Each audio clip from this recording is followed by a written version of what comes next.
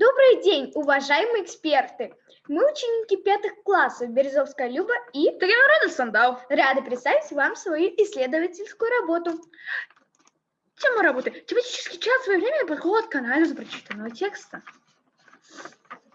Объект исследования – общение в тематическом чате WhatsApp как эффективный метод по анализу прочитанного текста и изучению художественных произведений. Цель – создать тематическую группу в WhatsApp мессенджере и организовать общение в чате по анализу прочитанных произведений. Актуальность работы. Сегодня в период пандемии это очень своевременно. Гипотеза. Общение в чате по теме изучаемого произведения позволяет нам лучше усвоить нужную нам информацию. И мы надеемся, что в будущем повысится интерес к чтению, к урокам и качество нашего образования. Методы исследования. Подбор и поиск необходимого материала, обобщение, анкетирование, подведение результатов, использование разных форм и видов информации. Этапы исследования.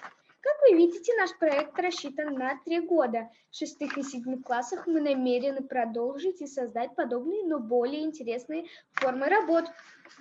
Структура работы. Введение.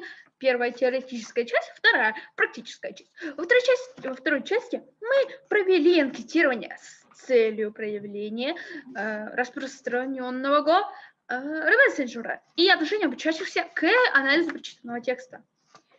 Для нас анализ – это грамотная трактовка и оценка прочитанного произведения. А чтобы не было скучно, для этого мы используем разные формы и методы. Учимся писать посты на заданные темы. Мы знаем, что такое общение нравится нашим ребятам, оно приносит нам только удовольствие. Я, Люба, во время карантина открыла рубрику «Советуем читать». Некоторые одноклассники поддержали меня. После каникул мы изменили тему на наш Пушкин.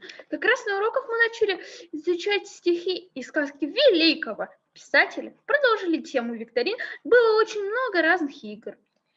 Общение в чате не занимает специального времени, ведь мы знаем, что многие из нас все равно все время находятся в онлайне. Кто-нибудь из участников высылает серьезные анализы литературных произведений, и мы между делами все равно их читаем. Иногда мы обсуждаем ошибки и вспоминаем правила русского языка. Общение в чате повысило интерес к чтению даже тех, кто не любит литературу. Наши одноклассники не скучают во время изоляции и охотно участвуют и получают дополнительные оценки, как и мы.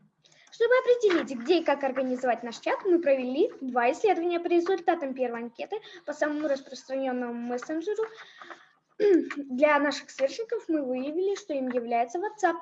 По результатам второй анкеты оказалось, что нашим одноклассникам не нравятся такие формы, как пересказ, анализ произведения. Свои заключения. Чтобы достичь поставленной цели, мы решили определенные задачи. На этом все.